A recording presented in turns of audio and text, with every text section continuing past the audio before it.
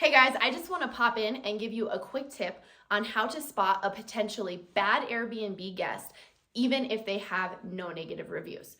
So, Airbnb as a host allows you to set up a couple options. You can allow auto booking, which means anybody, no matter what their rating is as a guest, can book your Airbnb automatically. Then they have the option to allow no auto booking, which means if they want to stay in your property, they have to send you an inquiry and then you have to approve each individual request for a reservation. The other option is kind of somewhere in the middle, where if somebody has great stays and good reviews, they can auto book, but if they have negative reviews, they have to contact you and you have to approve the stay before they can book your property. So as a host, you have to decide what policy you're going to set up for your properties and what you're comfortable with. Now, the hard thing is you have people that have great reviews, you have people that have no reviews, and then you have people that kind of have those middle of the line reviews and you have to make a decision. But sometimes you run into somebody that has had stays, but they've had no reviews. And let me tell you why this matters. As a host, I always give somebody a fantastic review. If I have a great guest, I always leave a review. I don't go, I'm too busy. I don't not leave a review if that guest has been great and I would be happy to have them again. If a person is a horrible guest, I will leave a negative review. But there's kind of this gray area that as hosts, it's really difficult. And I see a lot of discussion on forums, Airbnb forums, of hosts talking about when do you leave a review if somebody's not great? Because you don't want to make it really hard for them to stay somewhere if they kind of weren't great and they're kind of in the middle, but you don't want to leave them a good review and mislead other hosts if they really didn't deserve a 5-star review.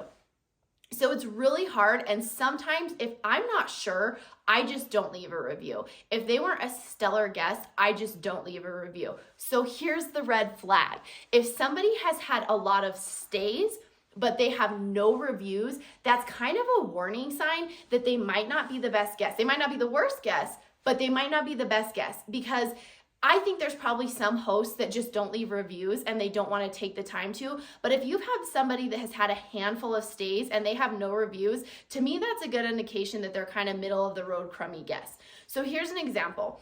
I had somebody try to book a property with me this week. Well, they just stayed this past week.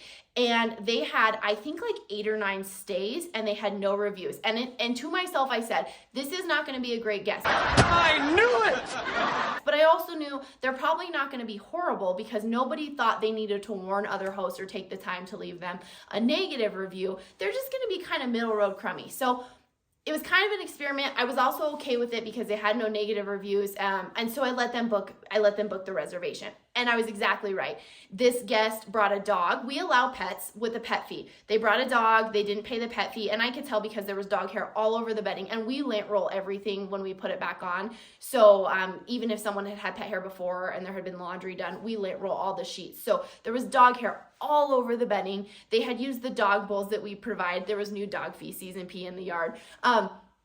And he didn't do the dishes, and he left garbage kind of like on the floor, little things like air plugs and Q-tips and tags, but just kind of not great respect to the property. He had torn down the shower curtain and just left it on the ground, and it had stains all over it. So nothing was really, I mean, I was able to wash it. Nothing was really damaged, but it just wasn't a great guest. And he was somebody who had stayed in several stays and had not had any reviews yet. So that's something you want to look out for. Now, I'm not saying if they're new to Airbnb, if they've had no stays, you have to give someone a chance to get started.